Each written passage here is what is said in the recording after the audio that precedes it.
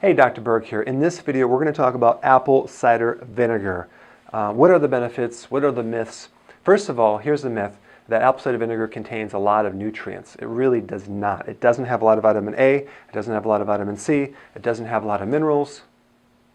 What it does have is something even more important. In fact, the real reason why apple cider vinegar works for so many conditions has to do with this one thing it has called acetic acid. That's an acid.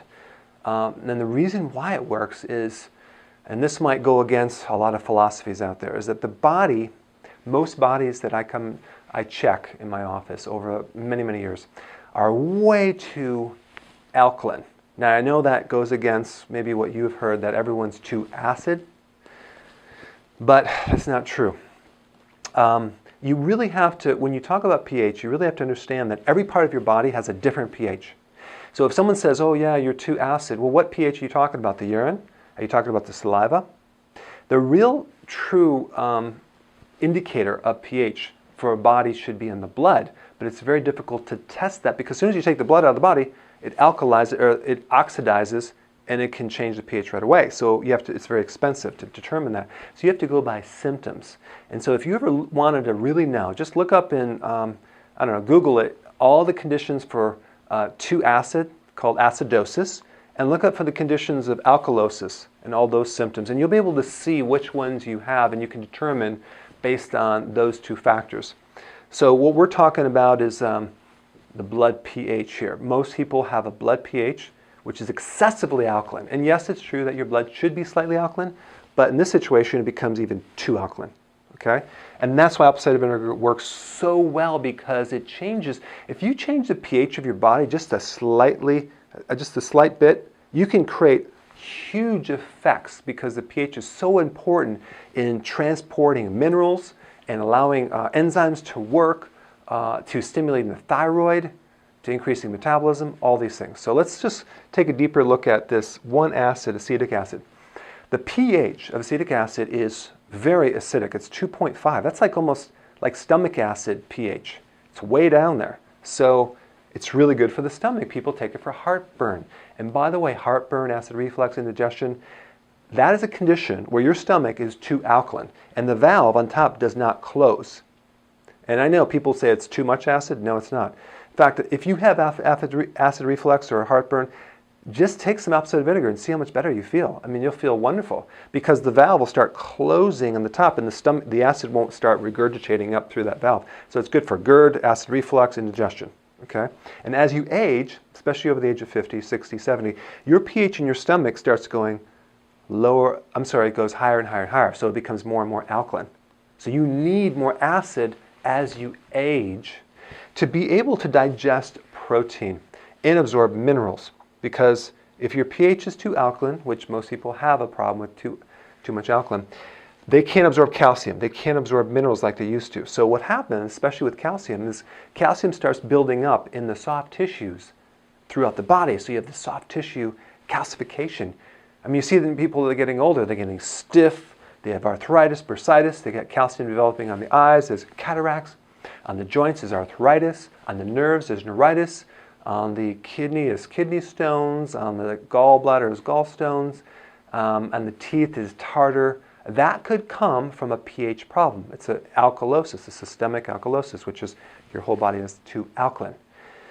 One of the things that I like to do as well is make sure they're taking the fat-soluble vitamins to transport that calcium out, like vitamin D and K2. But in this video, we're going to talk about the pH piece of this thing. Now, what causes this alkaline state? It has to do with this, in this book, it's called Sibylla Encyclopedia of Endocrinology, Volume 4, Frank Netter, MD. This is one of the main books that is used in medical schools, and it's a great physiology book to help you get some of the facts on how the body works. So right here, if you look on the page that talks about high cortisol, that's the stress hormone, high stress, high cortisol, causes alkalosis. It makes your body too alkaline. So unless you don't live on planet Earth, you might not have this problem, but most people I know live on planet Earth, they have a lot of stress, their bodies become too alkaline over time. The worst thing you could do is start drinking alkaline waters. Now, it's okay to drink water that's already alkaline, but don't try to alkalize it to an 8 or a 9 or because you're going to make your body worse. And then you won't be able to absorb calcium and things like that. So with adrenal, like stress and high cortisol, you become too alkaline and you lose this little thing called H+. So if you've ever taken chemistry, you'll notice that H+ is an acid. So in other words, the adrenal causes you to lose acid through the urine and become too alkaline. So here's all the effects that stress can create. An alkaline body, which then blocks calcium. So you have all this calcium that plugs up everything, but it's unavailable to you, so you start getting the twitch on the left eye. You ever notice when people get stressed, they start twitching? Do you know why that is? Because it changes the pH, and the person can't absorb calcium. So then, this is a calcium deficiency. So you could take calcium, but if the pH isn't right, it won't work. The best thing to do if you have that twitch is to drink apple cider vinegar. Boom, drop the pH to make more acidic. The calcium gets mobilized and the twitch goes away. Cramping in the calf. Apple cider vinegar is the best thing to mobilize the calcium and get rid of cramping in your calves. Nerve pain, neuritis, especially like migrating pain with arthritis that maybe it'll move from this joint to this joint to this joint. Oh my gosh, give them a little apple cider vinegar, they are happy. So with stress, you become too alkaline, you lose acid, and you lose potassium. And the only reason I'm bringing up this potassium, which is a little extra thing, is that alkaline bodies tend to have a potassium loss. And then when you lose potassium, you actually make the person more alkaline. So they kind of work together. People say, well, drink apple cider vinegar to increase your potassium.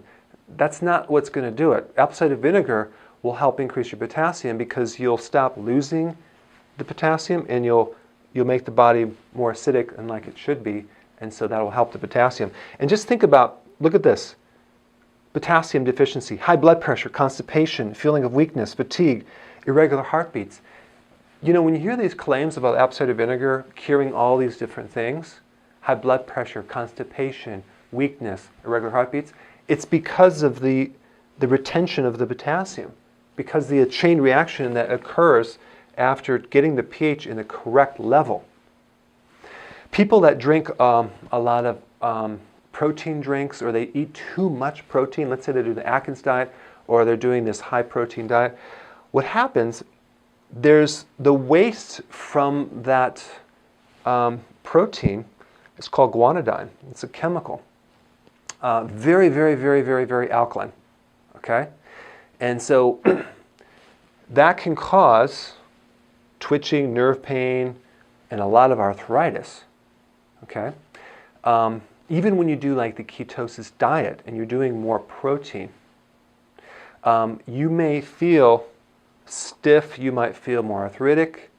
Drink some apple cider vinegar. It flushes this thing out so nicely. So apple cider vinegar is the antidote to the residue of high protein, too much protein for your liver and your body. So it's a really good cleanser. So this acid, apple cider vinegar, helps absorb minerals, helps mobilize calcium, helps you digest protein better without the waste. It helps the immune system, and that's the last thing I want to talk about. You've heard that people will take like vitamin C for a cold, right? Or for a virus infection.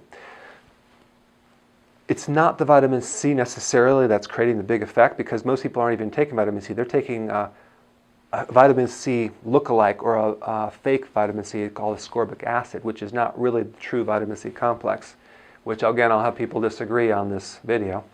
Because you can make synthetic vitamin C from ascorbic acid and cornstarch.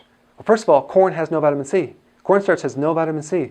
Ascorbic acid has no vitamin C. How can you take two things that don't have vitamin C, mix them together, and make ascorbic acid and think that's vitamin C?